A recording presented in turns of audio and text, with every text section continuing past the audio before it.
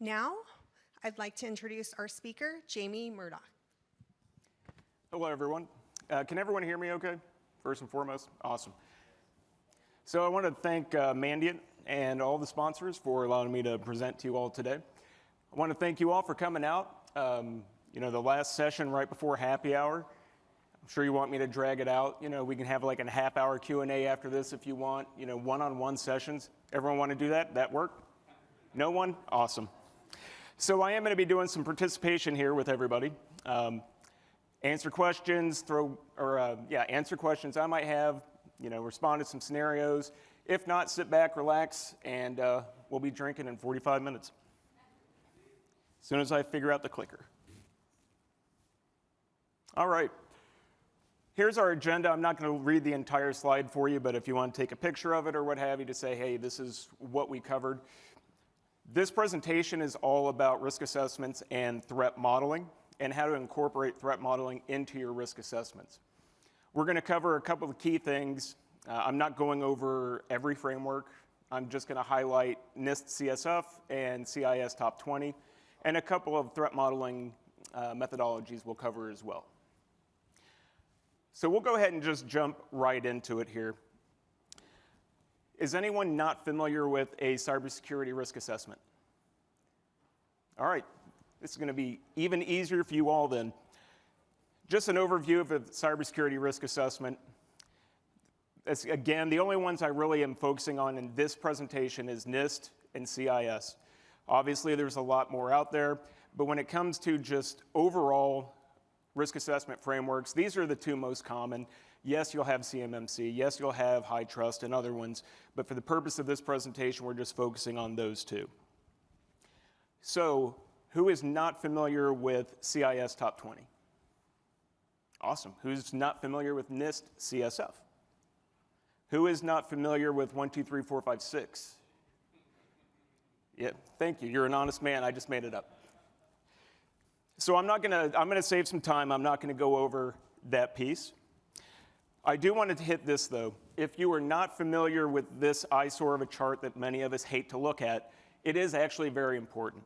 When we're looking at risk, it's important to understand what the impact is, if it happens to us, and what's the likelihood. So for example, if you take a look at that bottom right corner, it's a low on likelihood, it's a high on the impact. So imagine something like this. If you were to get attacked by 15 different APT groups, all working in sync, trying to get into your environment, and they actually get in. Oh, that's a pretty bad day. That's way over there on the impact. However, if you are a smaller organization, don't have a big footprint, could it still happen? Of course, but the likelihood's a lot smaller. That's the entire concept of your heat map when we start looking at what the actual risk is to you and your organization. What's the likelihood and what's the impact? I'm going to assume that a lot of y'all are familiar with this, but just in case, who is not familiar with this concept? All right, then I will proceed. Again, I was talking about NIST and CIS. Right here, we have a little explanation of each one of those, very high level. Again, I can go into as much detail as you all want. You are the last session for the afternoon, so I'm trying to cater to you all. I want to give you good content, but if it's something that most people or everyone already knows, I don't want to take up too much of your drinking time. So, show of hands, who needs more information on this? Thank you, sir. All right, so we have NIST CSF, CIS Top 20. I appreciate you. Thank you for putting my hard work out for everybody. Yay! All righty. The biggest difference between these from an assessment perspective, not necessarily getting in depth with NIST and with CIS. If you're trying to figure out what framework will help your organization best, look at what your end goal is. So if your end goal is to get a good, comprehensive evaluation of your risk, and you really want to get down and dirty with it, NIST CSF is more detailed, and it's more along the lines of what you'd be looking for that total risk, if you will. CIS Top 20, if you have a pretty solid understanding of the risk in your organization, the CIS Top 20 can be used for a good security framework to put together a strategic roadmap for your entire security program. So when looking at different frameworks that apply to you, those are the two key ones. Obviously, if you're in a different vertical, if you are in healthcare, then you're going to look at a high trust. If you are a DoD contractor, you want to start looking at CMMC. There's a lot of different frameworks for you to choose from. If you're looking at two of the different common frameworks, these are probably the first two you're going to start looking at. All right, the meat and potatoes here, threat modeling. Threat modeling is a term that's kind of thrown around a lot, and it has different meanings to different people. Some people consider threat modeling doing a full intelligence debrief of a specific threat actor. Some people go the opposite way, and threat modeling is basically, I know this is where attacks come from, and this is how I'm going to present it in order to make sure that I have a good plan of action in case we get hit. The key piece when it comes to risk assessments and threat modeling is this. You can do your risk assessment. I'm sure many people in here have been involved with or conducted risk assessments, and that gives you a good, solid understanding of risk. However, without threat modeling, without understanding the threat landscape and the actors that will actually be coming at your specific vertical or your specific organization, you're doing yourself a disservice. To fully quantify what risk you and your organization have, you need to understand what the attackers are going to do, who's looking at your organization, and what they may try. And that is why we incorporate threat modeling into our risk assessments. We want to make sure that we're being proactive. Unfortunately, a lot of times, we, the global we of cybersecurity professionals, tend to be a little reactive. There's a number of different reasons for that. Everyone has gone through it. It's either lack of budget, lack of expertise, lack of time. There's a lot that we have to do. Something like this, honestly, a lot of organizations look at it and go, this is something we should really do. As soon as I get done getting this knack taken care of, as soon as I find an MSSP that I actually like, as soon as everything else. When you conduct a risk assessment, when you have a third party do it, you're paying somebody for that expertise, that time, or you're taking resources in-house. Whenever you scope out, whether it's an internal or a third-party risk assessment, make sure you're scoping out time to do some threat modeling in there as well. That's going to give you a deeper understanding, excuse me, a deeper understanding of not only your risks, but how they could be impacted by attackers. Threat intelligence, I'm sure everyone understands what threat intelligence is. Threat intelligence is vital when you're doing threat modeling. You can't really do threat modeling without understanding what threat intelligence is and how to get threat intelligence. There's multiple different sources for threat intelligence. Open source intelligence, or OSINT. For those of you who may not be familiar with OSINT, if you've ever Googled something, you've probably done some threat intelligence. It's just open source. You're looking for something. You have a feed that an RSS feed or anything else that you utilize. It may or may not be a subscription that you actually pay for. The important piece is to identify where you can get intelligence that is for your vertical, for your processes, what works for you. You don't necessarily need a full debrief of the top 5 threat actor groups out there that focus on government and government contractors if you are a bank, for example. You have other threat actors that you have to worry about. There's a different type of intelligence that you need to gather from that. When we look at taking that threat intelligence, we incorporate that into our risk assessments the same way we're doing with our threat modeling. I'm hoping that most folks in here that have anything to do with risk assessments are not doing it solely for a check of a box to make sure that we pass an audit. I hope we're actually using it to define a good strategy for our cybersecurity resilience. Part of that is an ongoing effort to conduct your threat intelligence, to know what's going on out in the world, to understand if I am a hotel on the Las Vegas Strip, I should definitely have my shields up right now because it's probably going to be a bad day. So keeping up on these things and then looking at what do we have for risks. So we just did a risk assessment, we did a vulnerability scan, we came up with these 5 things.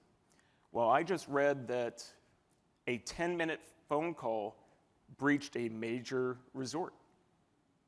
How can we prevent that? How can we incorporate that? Where is our risk level when it comes to social engineering and security awareness? If we're doing phishing tests, let's say we do one every 3 months, every 6 months.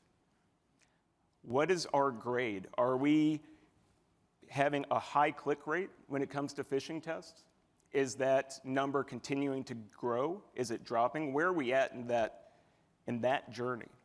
Because if I'm a resort, I'm looking at my social engineering scoring, whatever metrics I have for that, and making sure that we're getting stuff out to the end user populace. Otherwise, we might end up having a bad day as well. Attack vectors and attack groups. Quick question. When I consider legacy attacks, so the attacks that we had to live through in the early 2000s, people just coming through the perimeter, do you think that is still a concern, not as much of a concern, or just don't even consider it a true risk anymore? Anyone? Still a concern? Anyone think it's going to be more of a concern?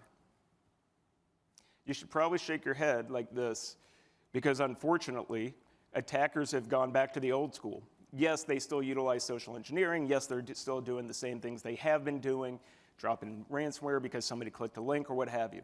However, we're seeing a significant number of attacks that are actually coming through the perimeter again. They're looking to hit software and exploit that. They're looking to hit hardware and exploit that. And most importantly, and unfortunately, third-party attacks are going through the roof.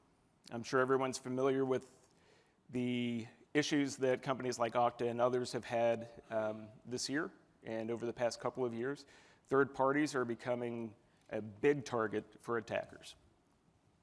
When we look at attack vectors for our own organization, again, understand the threat actors that are out there, understand your environment, understand your risks. How can we evaluate what an attacker might do if we don't understand our network and our environment as a whole? Just an assumption here. Is there anyone here who works for an organization that 100% of every SaaS offering that your company utilizes, every application that's been installed, every machine on the wire or the wireless? Everyone has a handle on that, right? Yeah, of course we don't. Because unfortunately, people will do a trial. Hey, I think I want to ask my boss for this piece of software. I'm going to go ahead and sign up for the trial, and yes, of course I'm going to use live data, because why not? It's a trial. They're safe. They're in the cloud. Without knowing that just opens up a huge attack vector that you may not even understand is there, depending upon what is in there and what kind of access they have, et cetera, et cetera. So part of our risk when we're conducting risk assessments and we're looking at threat modeling, what kind of resources do we have available to track our physical assets, our software assets, and our cloud environment, whether that's different applications, whether it's in a container or what have you? That should honestly be step one for anyone who's looking to do a good risk assessment. Where's our stuff? How do we secure our stuff? Who has access to our stuff? Because that's going to help determine our entire threat landscape.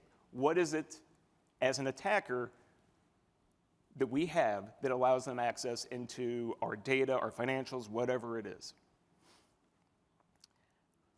When we look at attack vectors, the most common one everyone always thinks of is phishing. Yeah, everyone thinks of phishing first. Thank you. We just had a moment. I just spoke through you. So everyone thinks of phishing first. Yes, it's one of the top attack vectors. Yes, it's something everyone focuses on. Yes, we do phishing tests and everything else like that. However, an increasing attack vector, as seen by Las Vegas, is vishing, or making a phone call. Text alerts, text phishing is also a huge problem for a lot of organizations. So we have to look at that when we're looking at our threat landscape and what an attacker may do. The more we understand about our own landscape, what threat vectors we have that could come into our organization, the more we understand this and we can apply it to our known risks already, it's going to help us create a more comprehensive, defensible plan than just making assumptions. Threat modeling process. As you can see here in the very detailed diagram, it's honestly not a hard concept. There's a few different methodologies that we're going to get into when we talk about threat modeling. We can use it for multiple different applications instead of just risk. You can use it to identify what you have in your environment. We're getting ready to develop a new app. What are we using to develop that app? What other libraries do we have? Are we making sure we're using safe libraries, et cetera? Those are all things that we can take into consideration and add context to with threat modeling. When we look at different types of threats that we want to model, you don't have to boil the ocean. You don't have to, start modeling every possible thing. Start with what works best for you and your organization based on risk and based on what your organization can do. Look at the threat actors that are targeting your vertical. If you're in higher education, what threat actors are attacking the SLED vertical most often? What are the potential threats we have? So for example, if I'm Jamie Murdoch and I'm adversary X and I'm going after your organization, I'm going to do my research. I'm going to find out what I can about what you utilize, because everyone on LinkedIn loves to say that, I am an expert in this. I have this certification now. To an attacker, that just means, hey, this person, we might be able to, get him or her to give us access that they shouldn't. So look at the threats that you have in your environment. How could they be exploited? And how do we stop that? Now, putting that to a risk modeling perspective, there's a lot of tools you already have that you can utilize as part of your threat modeling. I'm hoping most people in here at least do some kind of vulnerability scanning. That's information that you utilize in your own internal threat modeling. You look at it and you say, I have this vulnerability. It's marked as maybe a medium or even a low. However, because we're in this vertical and there's attackers that are targeting this type of software and this vulnerability in this software, even though my vuln scanner says medium, it may be a high for us, which means we need to look at it and then be able to support why, because that'll affect remediation as well. And we'll talk more about that shortly. So there's two main models when we look at threat modeling, STRIDE and DREAD. They each have their own, good points, bad points. It's up to you to determine which one's going to work best for you, your teams, and your organization.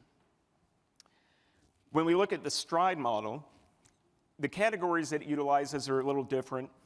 And unfortunately, this I do have to read because I don't have the greatest memory. We have spoofing, tampering, repudiation, which I can never say that word correctly, information disclosure, denial of service, and elevation of privileges. Basically what it does is the STRIDE model breaks down into different categories, and everything that it sees will fall into one of those categories. DREAD, on the other hand, has different categories. Me personally, because I get asked this, which one do you like best? I actually like DREAD, but that's just me. DREAD is damage, reproducibility, exploitability, affected users, and discoverability. We're going to go into each one of these here, and we'll just skip right to it. So STRIDE. As you can see here, we break down what the STRIDE model consists of. And there's some examples here. Unfortunately, I can't see them great on my screen, but if you look at, bear with me one moment. So for example, the very bottom one, elevation of privileges. That one's a pretty easy one to figure out, but that's going to go into the final category. When you understand the different types of attack vectors, for example, and you map them into the appropriate model, whether it's STRIDE or it's DREAD, make sure you're, again, moving this back to your risks. Take a look at what you have for your current risk assessment or an upcoming risk assessment or an audit, anything that you have that quantifies some kind of risk in your organization. Model your threats. Incorporate this into your total risk library, because when you go to say, this vulnerability is marked as a medium, however, because of what we've done with our threat modeling, it needs to be bumped up on the remediation list. Utilize either your STRED or your DREAD methodologies to provide information to whoever's doing the patching or fixing the vulnerabilities. So you have your documentation, you have something to provide that says, this is why this vulnerability is more critical than the flag that it says it is from the scanner. We talk about DREAD. Again, it breaks down everything into its own components. Me personally, the reason I like DREAD a little bit more than STRIDE is I like to put things in this format. For me, as a former technical practitioner, my brain works better when in this kind of flow. It all depends on what's best for you and your organization again, but I'd rather, for me personally, I find it easier to put it into a damage, reproducibility, exploitability, affected user, and discoverability method. Now, one of the reasons, again, I personally like DREAD is that last piece, discoverability. You may have a number of threats. You may have what you think is a wide open lane into your environment, and maybe you do, but how discoverable is that? How hard is it for an attacker from the outside to actually take advantage of that vulnerability or that fast lane that exists in your environment? That's one of the reasons I personally like DREAD, is because I can throw it right there, because that's key when you're talking to somebody about changing one remediation up from another. Well, here, this thing can be found by just scanning our website, for example. Maybe we have something up we shouldn't, or somebody goes and browses our GitHub, and all of a sudden they find something they shouldn't. That's a major issue. Assets and threats. So again, earlier I asked who knows where everything is and what software you use and everything else, and of course the answer is nobody. What we can do is our best guess, unfortunately. Now, unless you are with an organization that is fortunate enough to have a complete understanding of your physical assets, a software inventory, and everything that exists in the cloud, whether it's a SaaS or whether it's a container or anything else, unless you're fortunate enough to do that, you're probably just going to have to do the best that you can. So, if we think back a few slides ago, not knowing where all your information is, how likely is that? Pretty likely, honestly, for most of us. What kind of impact could that have? Depending upon what happens, it could have an extremely high impact. So when we're trying to justify the need for asset identification, I'm not even talking criticality or anything like that right now. All I'm talking about is solely, where's our stuff? Utilizing that threat matrix is a great way to say, we don't know where everything is, and this is making our internal threat landscape a lot bigger than it needs to be. So let's start getting a handle on that. It's not only your assets, it's not just your software, but it's personnel as well. A lot of organizations don't really look at personnel as an asset, but it is. We need to understand how many PC techs do we have in case we have a mass outage and we have to redeploy a bunch of laptops to people? How many people do we have in security operations? Do we have enough to maybe not fully man a SOC, but at least respond when we get critical alerts? Those are still assets that we need to identify, because that can be shown as a risk. If we have no one doing any work for security operations, we don't have anyone monitoring, we don't have anyone in detection, and we don't have a third party to do this, then that's a significant risk. So we need to understand our assets, both technical and from a personnel standpoint. By understanding where most of our assets are, at least, and understanding the threat modeling we've done up to that point, we can start to make better plans to close our threat landscape.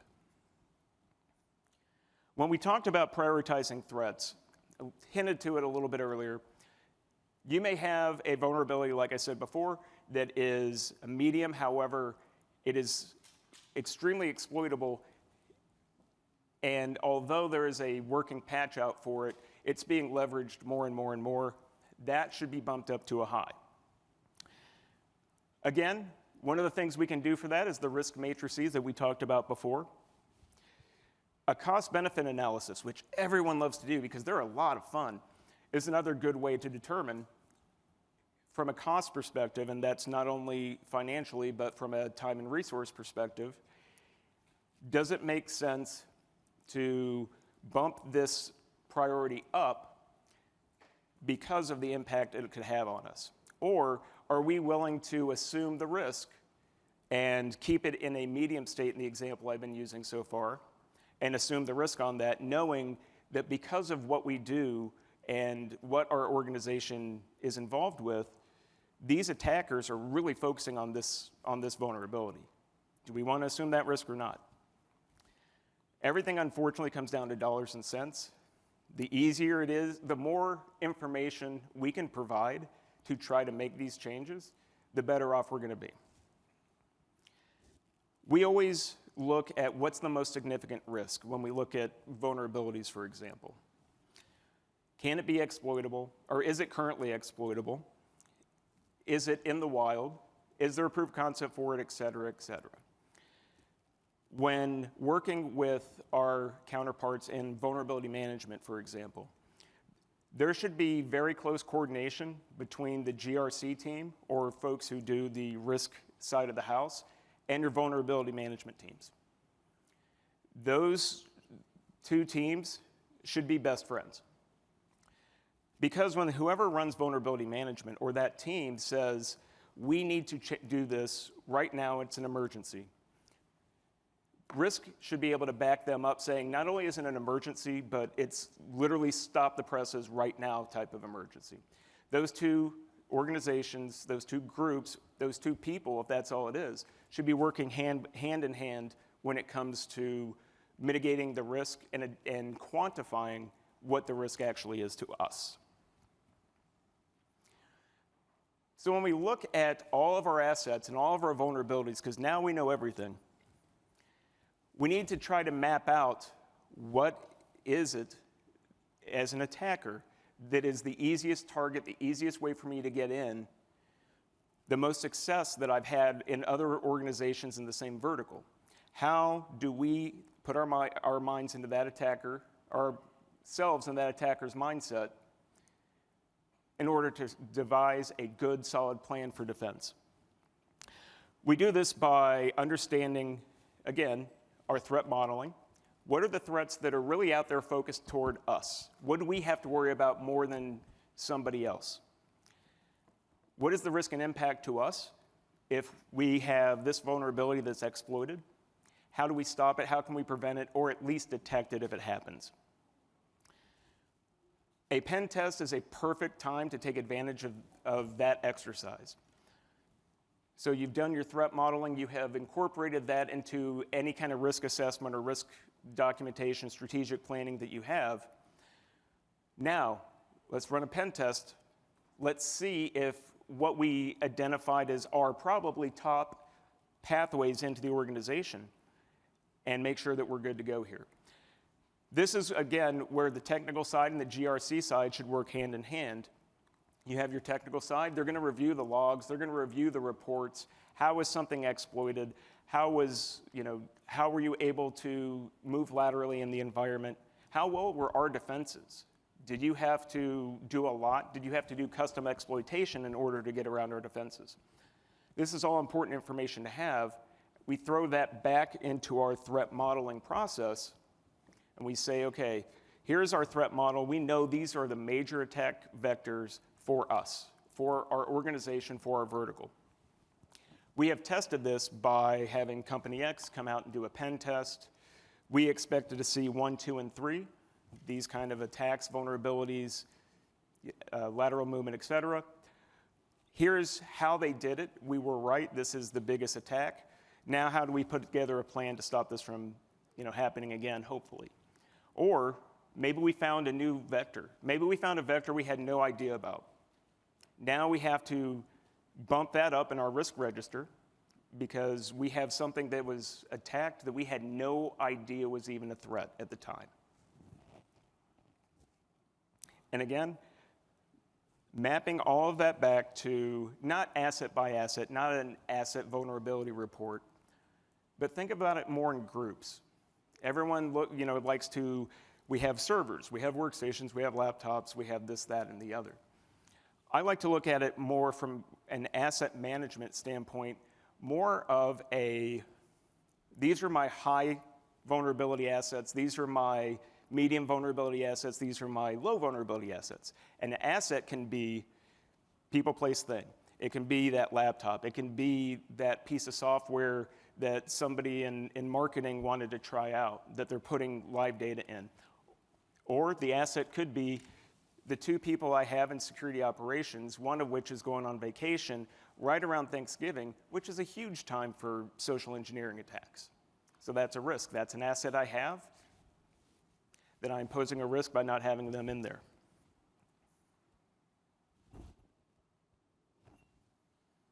Alrighty, integrating threat modeling into the NIST CSF.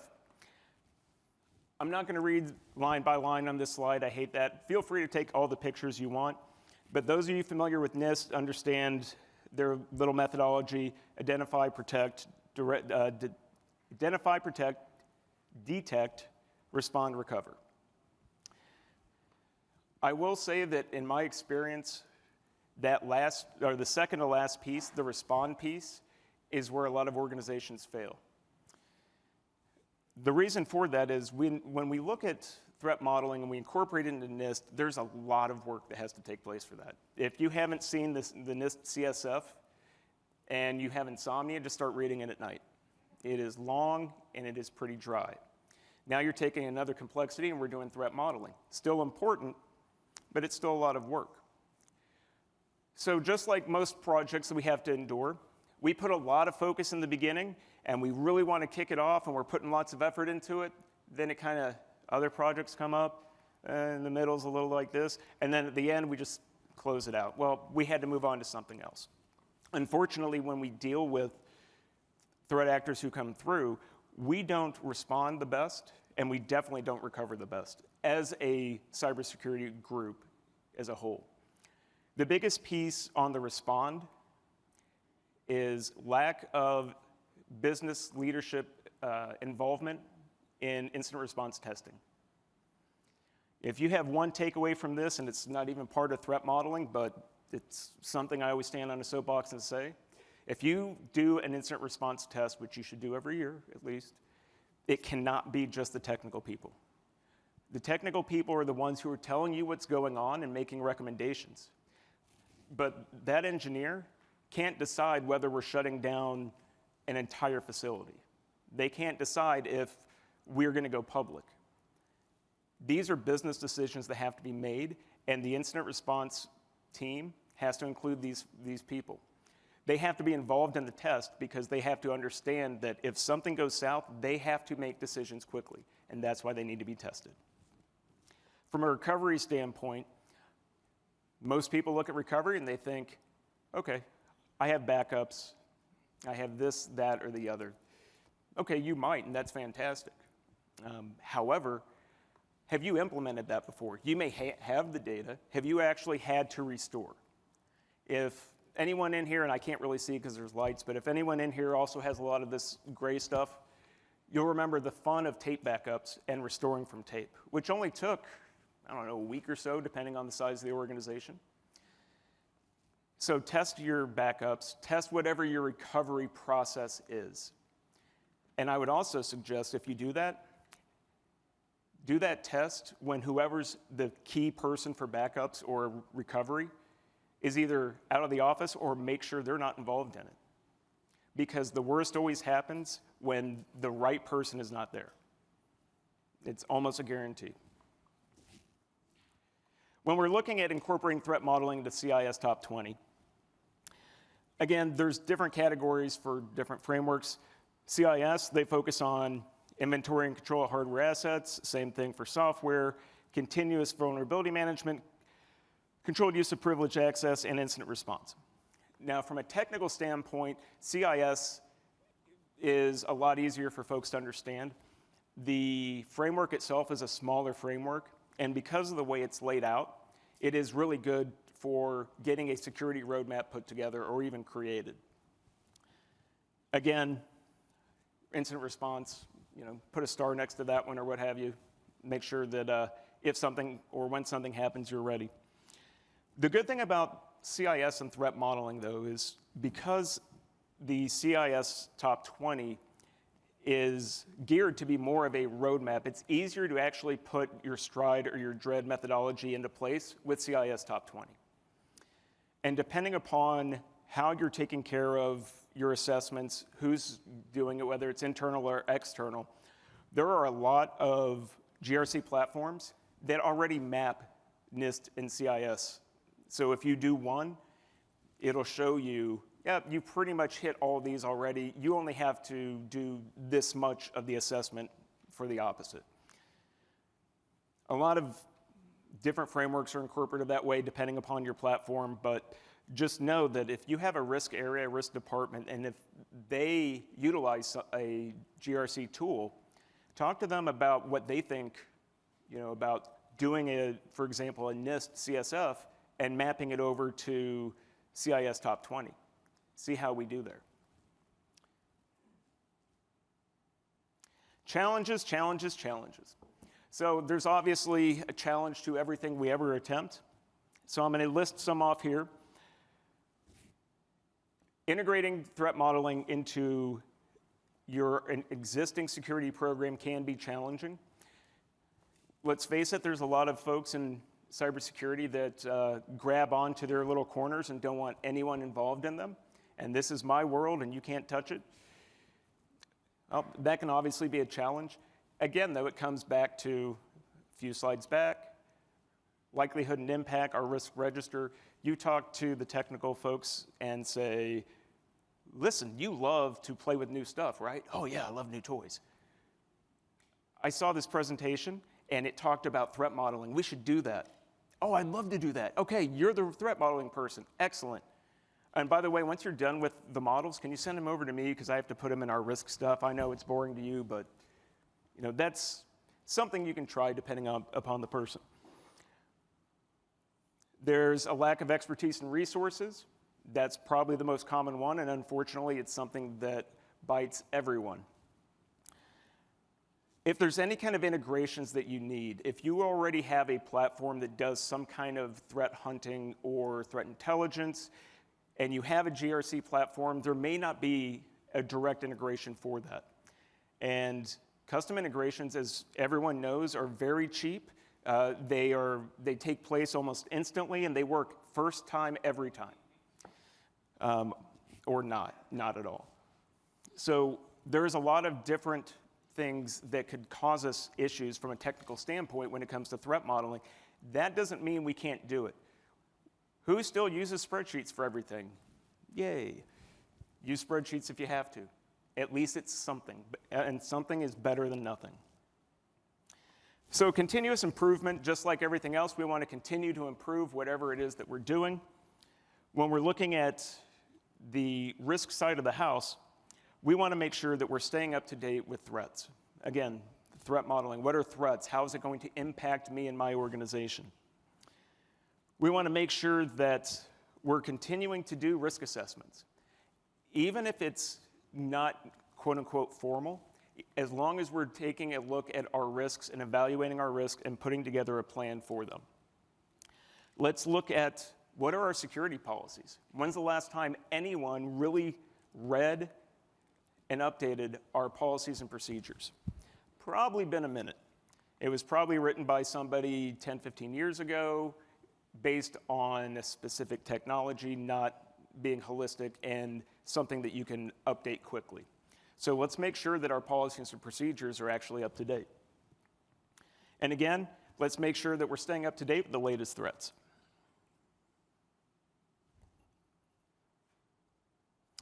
Regular security assessments. Again, this doesn't necessarily have to be a full-blown third party coming in to do a complete high-trust pre-assessment, planning, and assessment. We can do small areas. And if you do any kind of GRC or risk work and you're kind of struggling to get more valuable information, start working with other individual business units. Say, you know what?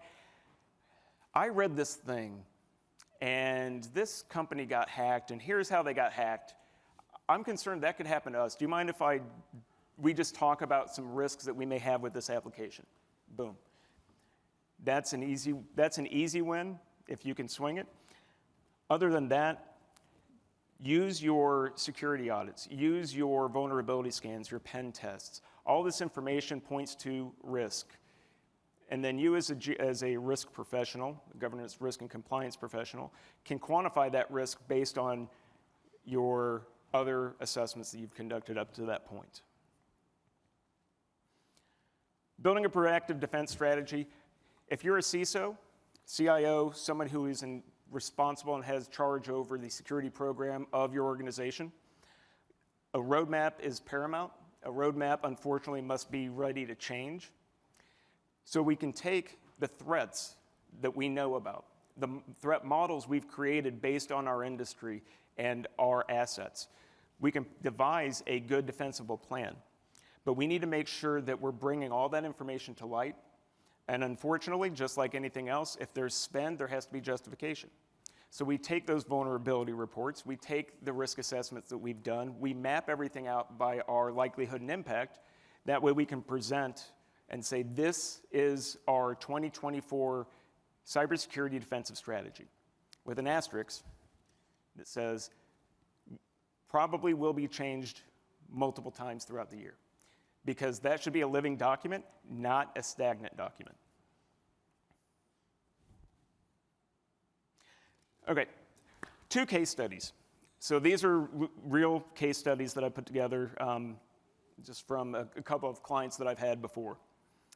The first one was a financial institution. Shocker, they're getting a lot of attacks from the outside from threat actors. I know no one wants to hack banks, but these guys did for whatever reason. So they use threat modeling. They use that to identify not only the vulnerabilities that they had in their systems, but how to actually take those vulnerabilities, take the threats that they've seen, the threats that they've stopped, how can we bolster our security? For them, it was actually more about reducing risk by reducing the footprint of their threat landscape. So instead of just trying to throw more tools at something, spending more money, changing process or what have you, well, just reduce the risk by reducing that threat landscape.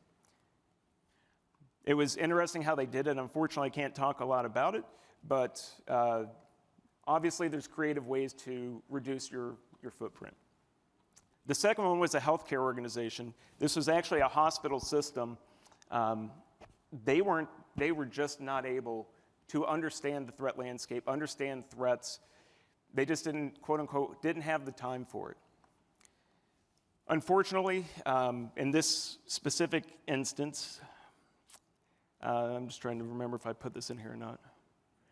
So they did integrate threat modeling into their risk assessment after they had a couple of issues. During their threat modeling process, they actually found some issues. Issues were addressed. But had they not even gone down the journey of threat modeling, the issues they had may have been a lot larger. But regardless, because they started incorporating threat modeling to their risk assessments, they worked with their internal auditors, they had a third party they worked with, they were actually able to take this information, build upon their existing defensive strategies, provide the powers that be, as they put it to me, with a defensible roadmap. They actually took that information, worked with other areas on the business side, primarily on the customer care side. They did not have a great rating from the community because of an issue. But after they went through the whole process, they did their threat modeling, they came up with a great security plan based on real threats they can expect to see and have seen. They were able to actually get the community back, the community's faith in that organization back, because they said, yes, we had issues. Here's what we've done to protect ourselves. Obviously, they didn't lay out the plan, but they did make sure that they let the community know that we messed up, and because we have taken threat modeling and actually focused on real threats, we are now more secure. I have 1 minute and 49 seconds. 4 questions. Yes?